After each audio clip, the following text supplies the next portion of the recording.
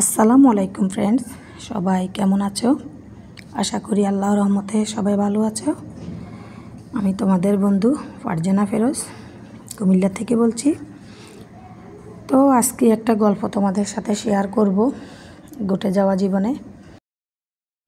দিন ছিল বৃহস্পতিবার।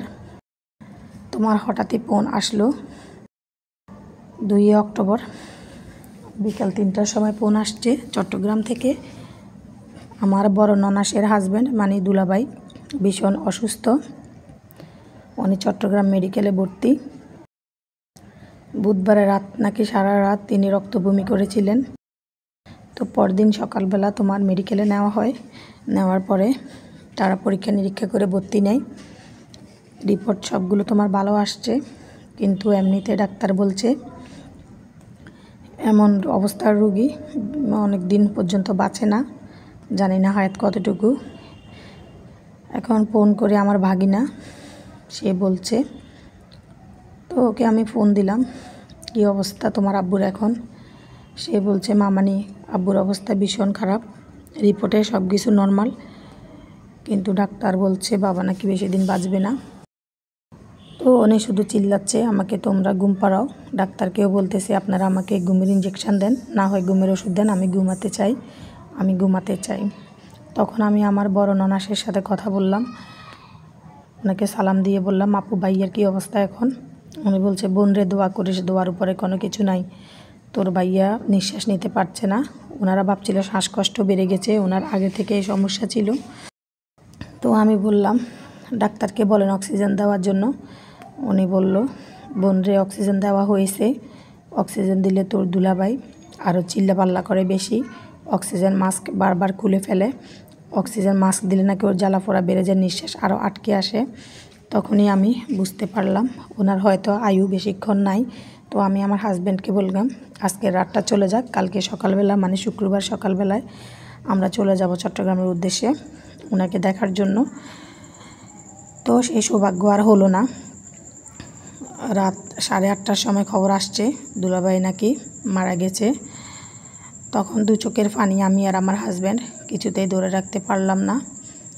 ও হয়তো ছোটোবেলা থেকে ওর বোন জামাইকে চেনে, কিন্তু আমি মাত্র 13 বছর ধরে চিনছি। তারপরও আমার কষ্টে বুকটা ফেটে যাচ্ছে, মনে হচ্ছে যেন আমার নিজের ফ্যামিলির কেউ মারা গেছে। তখন এই রাত 10টার সময় তাড়াহুড়ো করে চলে গেলাম চট্টগ্রামের উদ্দেশ্যে। তো আমাদের মেন বাইপাস যাওয়ার পরে ওখান থেকে একটা প্রাইভেট কার নিয়ে আমরা চলে গেলাম চট্টগ্রামে। আমরা যেতে যেতে তখন মেজো দুলাভাই ফোন দিল, পারজু তোমরা কোথায়? বড় দুলাভাইকে বাসায় নিয়ে আসছি। বলতেছি ভাইয়া আমরা কুমিল্লা পর্যন্ত এসে পৌঁছেছি। তখন তাড়াহুড়ো করে চলে গেলাম ওখানে, গিয়ে দেখি কান্নার রোল, নিজেকে কিছুতেই সামলাতে পারছি না। তো হয়ে গেল এভাবে পুরো রাত শেষ। পরদিন সকাল আপার মুখের দিকে আর একটা ভাগ্নি আছে, এখনও বিয়ে হয় নাই, ওর মুখের দিকে কিছুতেই তাকাতে পারছি না। উনি নাকি মৃত্যুর আগে কারোর সাথেই কথা বলেন নাই, শুধু মেয়ের সাথেই কথা বলেছেন। মেয়ে বলতেছে বাবা আমি বাসায় চলে যাচ্ছি, আবার এসে আপনাকে দেখবে যাবো, এই কথা বলে চলে যাচ্ছিল। মেয়ের কপালটা টেনে নিয়ে এসে নিজের কপালের সাথে ঘষে বললেন মারে তুই আমাকে মাফ করে দিস। তখন মেয়ে বলল বাবা আপনিও আমাকে মাফ করে দিয়েন। আসলে মূলত কথা হচ্ছে মেয়েটাকে যে বিয়ে দিয়ে যেতে পারে নাই, ও হয়তো এটাই ওনার একমাত্র আফসোস। এই জন্য মেয়ের সাথে এইমাত্র কথাটা বলল যে আমাকে ক্ষমা করে দিস। মেয়েটা কান্নায় ভেঙে পড়ছে, আর আপা ভীষণ কান্না করতেছে, আমাকে এত ভালোবাসে, আমি ওকে এত ভালোবাসি, কখনো আমাদের মধ্যে ঝগড়াঝাটি বা কখনো এক রাতও আলাদা শোয়া হয়নি এত বছরের জীবনে, কিন্তু কি করে আমাকে কিছু না বলে চলে গেল।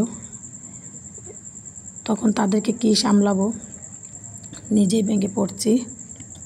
তারপর এক পর্যায়ে চলে আসলো তার দাপনের সময়, জুম্মা মোবারকের দিন। তো ওনাকে বরফ দিয়ে রাখা হয়েছে নিচতলায়। তো 5তলায় তো ওনাকে উঠানো সম্ভব ছিল না, তো নিচে রাখা হয়েছে যেন তাড়াহুড়ো করে ওনাকে দাপন করা হয়। তো শেষমেশ নামাজ শেষ করে সবাই ওনাকে নিয়ে গেল, আর এখানে আপাকে ডাকা হয়েছে। আপার থেকে ক্ষমা চাওয়ার জন্য। যেহেতু উনি আপার থেকে মাপ নিতে পারেনি, তখন হুজুর সাহেব বললেন, আপনি কি ওনাকে ক্ষমা করেছেন? তখন আপা কান্নার রোলে বলল, জি আমি ওনাকে ক্ষমা করে দিয়েছি, সব দাবি আমি মাপ করে দিয়েছি। এই বলে আপা কান্নায় ভেঙে পড়ল আর দুলাভাইকে নিয়ে গেল চিরতরে আমাদের থেকে। তো কিছুই আর বলার নেই, শুধু একটাই দীর্ঘশ্বাস, উনি যেন জান্নাতে সহি সালামতে থাকে, জান্নাতুল ফেরদৌস লাভ করে। সবাই ওনার জন্য দোয়া করবেন। আল্লাহ হাফেজ।